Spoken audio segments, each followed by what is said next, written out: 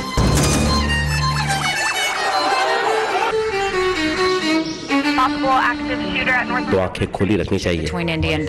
امریکہ نے پاکستان اور بھارت کے کیا پتا کون سی خبر آپ کے کام آ جائے. Great idea. 25-year-old, 22-year-olds who are building billion-dollar companies. Our dream is to bring new technologies. View 360 صرف آج نیوز پر. حال ہی میں 4 پاکستانی فلمیں جوانی پھر نہیں آنی 2, طیفہ ان ٹربل, پرواز ہے جنون اور لوڈ ویڈنگ امریکہ میں بھی پیش کی گئیں, جہاں انہوں نے کافی اچھا کاروبار کیا. اب وطن سے دور رہنے والے پاکستانی تو اپنے ملک کی اور بھی فلمیں دیکھنا چاہتے ہیں, لیکن سوال یہ ہے کہ پاکستانی فلموں کے لیے امریکی سینماز میں جگہ بنانا کتنا مشکل ہے. اسی بارے میں عمران جدون نے کچھ نامور پاکستانی فلم میکر سے بات کی, آئیے دیکھتے ہیں. مجھے معاف کر دینا دوستو. چند دہائیوں سے زوال کا شکار پاکستانی فلم انڈسٹری میں پچھلے 5 سالوں سے بہتری کے آثار نظر آنے لگے ہیں. اس سال ہی جوانی پھر نہیں آنی 2 نامی فلم کی تاریخی کامیابی پاکستان فلم انڈسٹری کے بحالی کے سفر پر گامزن ہونے کی اچھی مثال ہے. اس فلم کے ڈائریکٹر ندیم بیگ کے مطابق اب پاکستانی فلمز کا انتظار صرف ملک کے اندر ہی نہیں باہر بھی ہونے لگا ہے. پاکستانی فلم کی ایک بہت بڑی مارکیٹ آہستہ آہستہ بننی شروع ہو گئی ہے. لوگ اب ویٹ کرتے ہیں کہ اب عید آ رہی ہے یا کوئی ایسا ایونٹ آ رہا ہے تو پاکستانی فلم آئے گی اور وہ جا کے دیکھیں گے. پاکستان فلم انڈسٹری میں ایک نئی روح پھونکنے والی ان نئی پروڈکشنز کے پیچھے موجودہ تخلیق کاروں کو دیکھیں تو ایک دلچسپ حقیقت سامنے آتی ہے. وہ یہ کہ ان فلمز میں سے متعدد کے فلمساز, ڈائریکٹرز اور پروڈیوسرز بیرون ملک سے تعلیم و تربیت یافتہ ہیں. مہرین جبار ایسے ہی فلم سازوں میں سے ایک ہیں. پاکستانی فلموں کو یہاں کے سینماز میں چیلنجز آئی تھنک وہی ہیں جو امریکن فلموں کو چیلنجز ہیں, بلکہ ورلڈ وائڈ سینما کو, بیکاز کمپٹیشن بہت ٹف ہے. اور جنرلی یہاں پہ اگر آپ دیکھو تو ایون انڈیپینڈنٹ سینما کو کافی مشکلات پیدا ہوتی ہے to get releases. In fact some of the best films جو فیسٹیولز میں آتی ہیں یا بہت کریٹیکلی اکلیمڈ ہوتی ہیں ان کو ڈسٹریبیوشن نہیں ملتی. امریکی سینماز میں دوسرے ممالک کے علاوہ بالی ووڈ کی موویز کی بھی نمائش ہوتی ہے.